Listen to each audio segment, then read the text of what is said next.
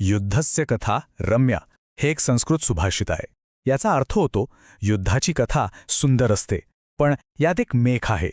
ही कथा फक्त ऐकणाऱ्यालाच सुंदर वाटते, जो ते सगळं अनुभवतो त्याला नाही. तर आज आपण नेमक्या याच कल्पनेबद्दल आणि आजच्या जगातल्या तिच्या वास्तवाबद्दल बोलणार आहोत. हे सुभाषित अगदी बरोबर सांगतं. काही गोष्टी ना लांबूनच चांगल्या वाटतात, जसे डोंगर दुरून किती सुंदर दिसतात नाही का, पण जवळ गेलो की त्याचा तो खडकाळपणा, ती चढाई सगळं जाणवतं. युद्धाचंही अगदी तसंच आहे. सिनेमात किंवा कथांमध्ये पाहताना किती रोमांचक वाटतं, कारण ती भीषणता आपल्याला अनुभवावी लागत नाही.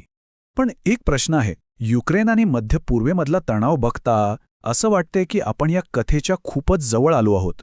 युद्धाची ही रम्य कथा आता आपल्या वास्तवाचा भाग तर बनत नाहीये ना?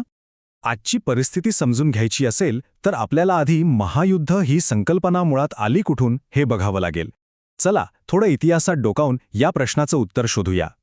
जेव्हा आपण महायुद्ध म्हणतो तेव्हा साधारणपणे 3 मोठे संघर्ष डोळ्यासमोर येतात. एक म्हणजे सुमारे 5000 वर्षापूर्वी झालेलं महाभारताचं युद्ध आणि त्यानंतर 20व्या शतकातली 2 महायुद्ध, पहिलं आणि दुसरं. आपल्या इतिहासातलं पहिलं महायुद्ध म्हणून आपण महाभारताच्या युद्धाकडे पाहतो. आश्चर्य वाटेल, पण हे युद्ध फक्त 18 दिवस चाललं होतं.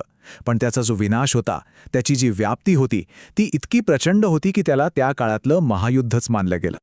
पण या युद्धांमागच्या कारणांमध्ये एक मोठा फरक आहे, तो म्हणजे तात्विक फरक.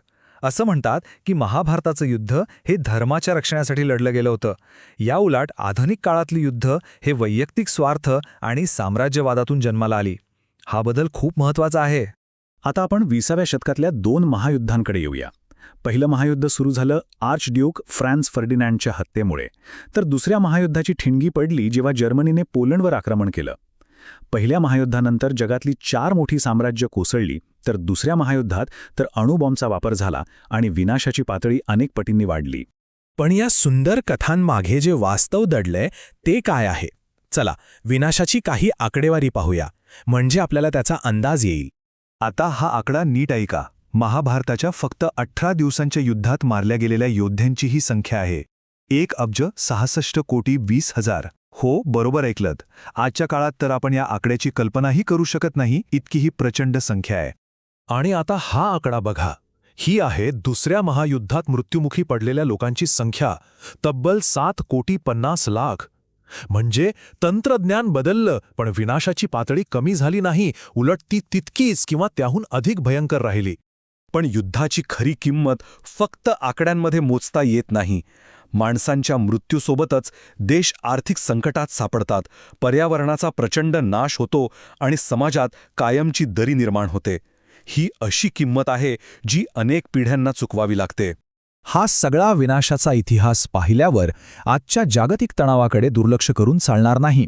आणि म्हणूनच अनेक तज्ज्ञांच्या मनात हा प्रश्न येतोय, तिसरं महायुद्ध सुरू झालं आहे का?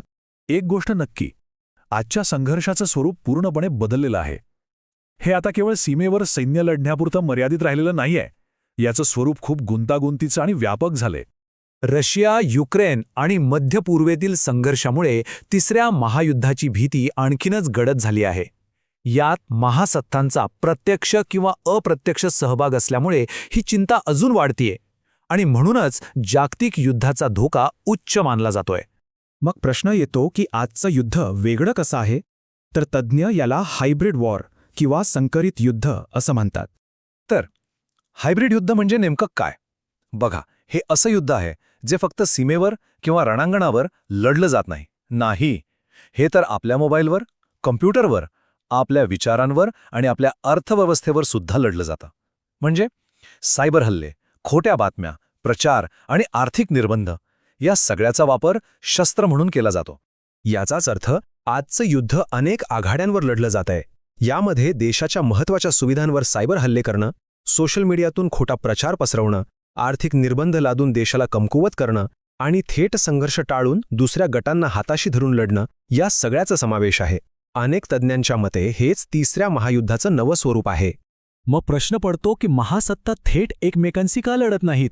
यामागे एक महत्त्वाचं कारण आहे, मॅड म्हणजेच म्युच्युअली अश्युअर्ड डिस्ट्रक्शन. सोप्या भाषेत सांगायचं तर सगळ्यांना माहीत आहे की थेट अणुयुद्ध झालं तर सर्वांचाच नाश निश्चित आहे. आणि म्हणूनच हे छुपे हायब्रिड युद्धाचे डावपेच वापरले जातात जे परिस्थितीला अत्यंत धोकादायक बनवतात. या नव्या युद्धाचं आणखी एक वैशिष्ट्य म्हणजे सरकारची धोरणं आणि सामान्य लोकांची इच्छा यांच्यातलं अंतर. उदाहरणार्थ, रॉयटर्सच्या एका सर्वेक्षणानुसार अमेरिकेसारख्या देशात फक्त 25% नागरिकच सध्याच्या संघर्षांमध्ये थेट सहभागाच्या बाजूने आहेत. यावरून सरकार आणि जनता यांच्यात किती मोठी तफावत आहे हे दिसतं. तर मग शेवटचा प्रश्न, जरी हे पारंपरिक पद्धतीचं महायुद्ध नसलं तरी आपण जागतिक संघर्षाच्या एका नव्या युगात प्रवेश केला आहे का? युद्धस्य कथा रम्य, युद्धाची कथा सुंदर असते हे खरं, पण जेव्हा तीच कथा हायब्रिड स्वरूपात आपल्या दारापर्यंत येते तेव्हा ती तितकीच सुंदर राहते का याचा विचार करायला हवा.